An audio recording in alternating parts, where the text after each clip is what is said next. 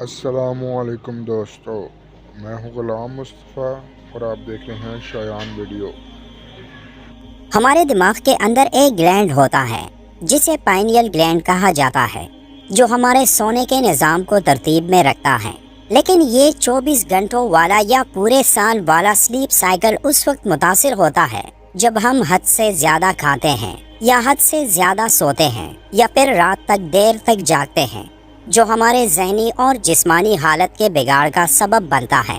جس سے یہ ہوتا ہے کہ ہماری روزمرہ زندگی میں مسائل بڑھنا شروع ہوتے ہیں، اور یہی مسائل جب ہمارے گھروں میں داخل ہوتے ہیں تو اس سے گھر کا ماحول بھی بگڑ جاتا ہے۔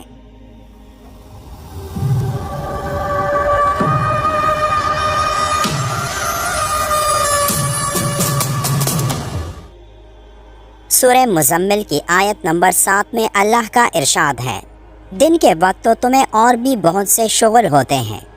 جب ہم رات میں آرام کرتے ہیں تو یہی آرام ہمیں دن کے وقت اپنے کام کو مکمل کرنے میں مدد دیتا ہے۔ جب دن کی روشنی غائب ہو جاتی ہے تو ہمارے دماغ میں موجود پائنیل گلینڈ میں ایک ہارمون جسے میلاٹونن کہا جاتا ہے، اس کی پیداوار میں اضافہ ہوتا ہے، جو ہمیں نیند جیسی نعمت کو پورا کرنے میں مدد کرتا ہے۔ سائنس کے مطابق رات کو 1 گھنٹے کی نیند جسم میں موجود تھکاوٹ کو دور کر دیتی ہے، اور مسلسل 3 گھنٹے کی نیند ایک صحت مند انسان کے لیے کافی ہوتی ہے۔ اور نیند کا یہ بیلنس کئی احادیث میں بھی بیان فرمایا گیا ہے کہ عشاء کی نماز کے بعد سو جایا کرو۔ جو لوگ عشاء کی نماز کے بعد سوتے ہیں وہ یہ 3-4 گھنٹے نیند پوری کر کے پورے دن کے لیے خود کو ریچارج کر لیتے ہیں۔ لیکن سوال یہ ہے کہ رات کے باقی حصے میں جاگ کر کوئی کیا کرے؟ تو اس کا جواب سورہ مزمل کی آیت نمبر 2، 3 اور 4 میں اللہ نے یوں فرمایا ہے، رات کو نماز میں کڑے رہا کرو مگر کم، آدھی رات یا اس سے کچھ کم کر لو یا اس سے کچھ زیادہ بڑھا دو، اور قرآن کو خوب ٹہر ٹہر کر پڑھو۔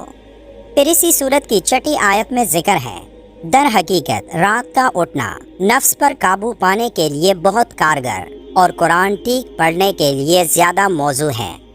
اس آیت میں رات کے جس پہر کا ذکر ہے تو اس وقت رات گہری ہوتی ہے اور نیند کا غلبہ زیادہ ہوتا ہے، اور یہی وہ وقت ہوتا ہے جو پورے 24 گھنٹوں میں ایک انسان کے لیے سب سے زیادہ فائدہ مند ہوتا ہے۔ یہ وقت تہجد کی نماز کا وقت ہوتا ہے، جب ایک انسان براہ راست اللہ کے سامنے کھڑا ہو کر اس کی عبادت میں مصروف ہوتا ہے، جبکہ اللہ کی خاص رحمت بندوں کی طرف متوجہ ہوتی ہے۔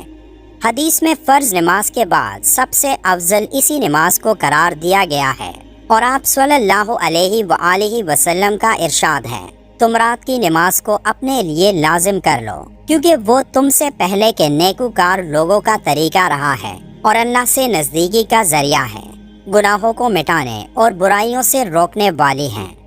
ایک اور حدیث میں ہے، اللہ اپنے بندے سے زیادہ قریب رات کے آخری درمیانی حصے میں ہوتا ہے، اس لیے اگر تم سے ہو سکے کہ ان لوگوں میں شامل ہو جاؤ جو اس وقت اللہ کو یاد کرتے ہیں تو ضرور ایسا کرو۔ تہجد کی نماز یعنی قیام اللیل کا نور دن کو بھی چھایا رہتا ہے، اور وہ رات میں قیام کرنے والے کو اس طرح اپنی پناہ اور حفاظت میں رکھتا ہے کہ بندہ دن بھر نفس اور شیطان کے شر سے محفوظ رہتا ہے۔ قرآن میں اللہ نے اپنے پیارے رسول حضرت محمد صلی اللہ علیہ وآلہ وسلم کو تہجد کا حکم دیتے ہوئے فرمایا، اور رات کو تہجد پڑھو، یہ تمہارے لیے نفل ہے، بعید نہیں کہ تمہارا رب تمہیں مقام محمود پر فائز کر دے۔ اس آیت میں تہجد کے حکم کے ساتھ آپ صلی اللہ علیہ وآلہ وسلم کو مقام محمود کی امید دلائی گئی ہے۔ مقام محمود آخرت میں شفاعت کبریٰ کا منصب ہے کہ جس گھڑی نفسی کا عالم ہوگا، اس موقع پر رسول کریم صلی اللہ علیہ وآلہ وسلم رب کائنات کے حضور سجدہ ریز ہو کر شفاعت کی درخواست کریں گے اور آپ کی شفاعت قبول کی جائے گی۔